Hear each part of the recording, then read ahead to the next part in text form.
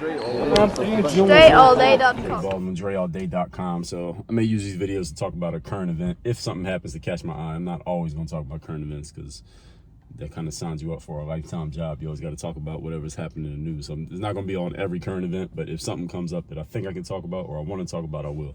So this one is the Chicago Bulls. Those of you know about this, they did a commemoration ceremony. I don't know if this was the Ring of Honor or whatever they were doing to commemorate the 90s Bulls teams that won all those championships with Michael Jordan and Phil Jackson, Scottie Pippen, all those guys.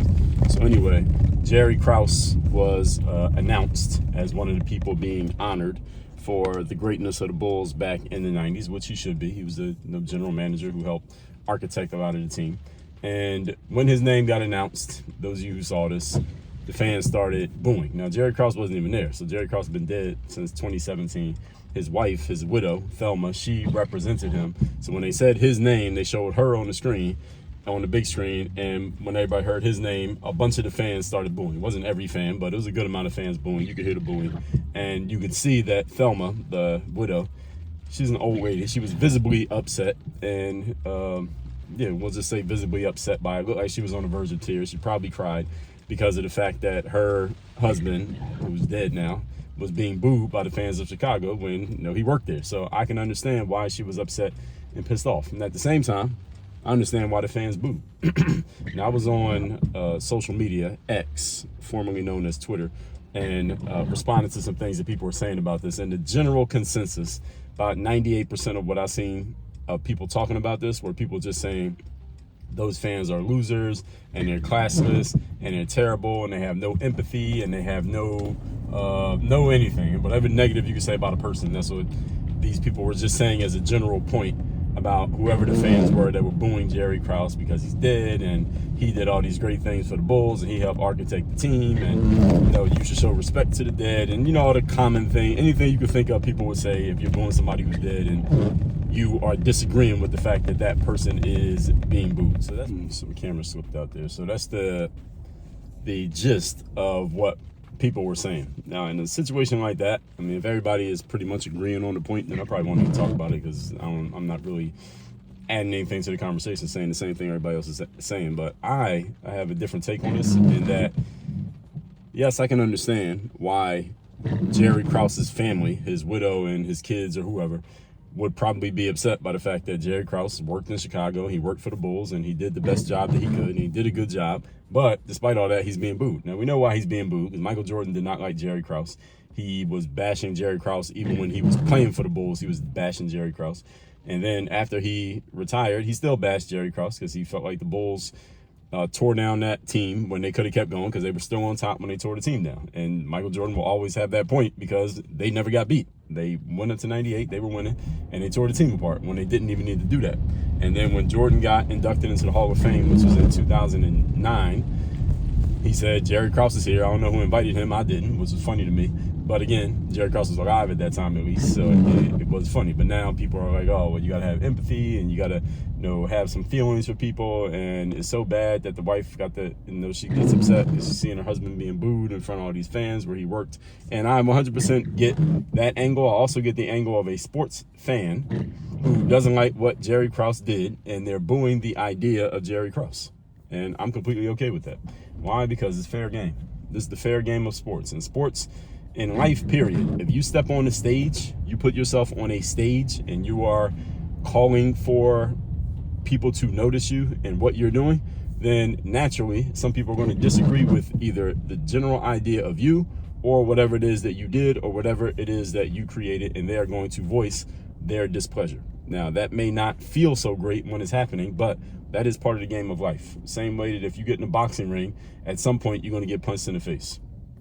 If you put work out there, at some point, any kind of work that you've created, at some point somebody's going to disagree with it. And if you put yourself on a stage and you want people to notice you and you call for that attention, eventually you're going to get some attention that's not so positive. And that is just the game of life. That's just the way that it works.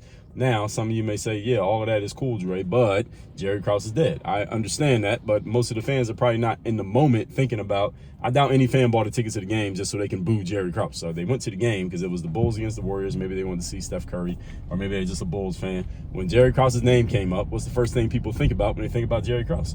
Usually they think about a guy who was much more famous than him, Michael Jordan. And what has he told us about Jerry Krause? Jerry Krause is the reason that this dynasty didn't keep going, because this guy wanted to tear it apart. And that's pretty much true. Jerry Krause wanted to tear it apart. He wanted to hire a new coach and replace Phil Jackson. And he was thinking about the future and rebuilding a team that was still winning. Like, it ain't like they were rebuilding a bad team. He was trying to rebuild a team that was still champions. So Jerry Krause was a little bit too smart for his own good in this process. Now, Jerry Krause is already dead, but this needs to be said, because if you want to know why they're booing Jerry Krause, there's a legitimate reason. He started tearing down a championship team when that team was still winning championships. It'd be one thing if they had won and then they start to slowly tailor off. Maybe they would have if they would have let them stay together, but he never gave them the chance. He tore that team apart while they were still winning, which is a ridiculous thing to do. You're tearing apart a championship team before they get beat. At least let them lose first. Michael Jordan said all this in the Last Dance documentary, by the way, which if you're watching this video, you probably saw the Last Dance. Michael Jordan said all this. At least let us lose. If somebody beats us, then cool, tear it apart. But if nobody's beating us, why would you tear the team apart? Jerry Krause wanted to tear the team apart because Jerry Krause saw himself as, I believe, a little bit smarter than he actually was, because that move to tear the team apart. The Bulls were trash from the time they tore that team apart in '98 until they got Derrick Rose, was like a decade later. That's how long the Bulls were no good. They were not close to winning a championship until they got Derrick Rose, and even in those years, they didn't win a championship. So there is a legitimate, logical, and rational reason to boo Jerry Krause. Now, the emotional angle comes in when people say, well, he's dead already, so why are you booing him now? And you're not even booing him. You're making his wife feel bad, et cetera, et cetera. And as I said, I don't think anybody came to the game like, oh, hey, Jerry Krause's wife is going to be there, and she's this old lady. Let's boo her and make her feel bad so that now that we can get our revenge on Jerry Krause. I don't think any fan was thinking that. I don't think that was anybody's plan. I think people just reacted. They heard the name Jerry Krause, and we all know what that's connected to, and that's why they booed. And that's just what happened. Is it unfortunate for the wife? I guess you could say it's unfortunate for the wife, but for everybody else, hey, this is fair game. This is life, folks. Life is harsh. People can be nasty. People can be mean. Booing, I don't consider that mean or nasty. That's just the way that fans communicate in the game. When you watch a sports match or you're involved in sports, period, people like what you're doing, they clap for you and they cheer for you. If they don't like what you're doing, they boo you and they maybe talk shit from the stands. That's the game. That's just the way it works. That's the way it works. And I don't think this is anything to... I mean, of course, a lot of people went on social media and they said this. There was a lot of people talking about it. And I responded to a bunch of messages, a bunch of posts that people put up. And I was saying generally the same thing I'm saying to you here in this video. And then a lot of people pushed back on me like, oh, you have no empathy, or that's classless, or that's a trash take. And most people are saying the exact same thing. And I get why people are saying it. And generally, I think people are just mentally softer than ever. I think people are just mentally soft these days. And it's reflected in what happened here with this Jerry Krause situation, in that people are like, oh, well, it's sad, it's so disappointing that she got to be there to represent her husband, and now she's getting booed, and now she's all upset. You know, made an old lady cry. And I said, you know what, it is sad that that's what happened to and for her. At the same time, that's life. That's my overall picture of it, is that's life.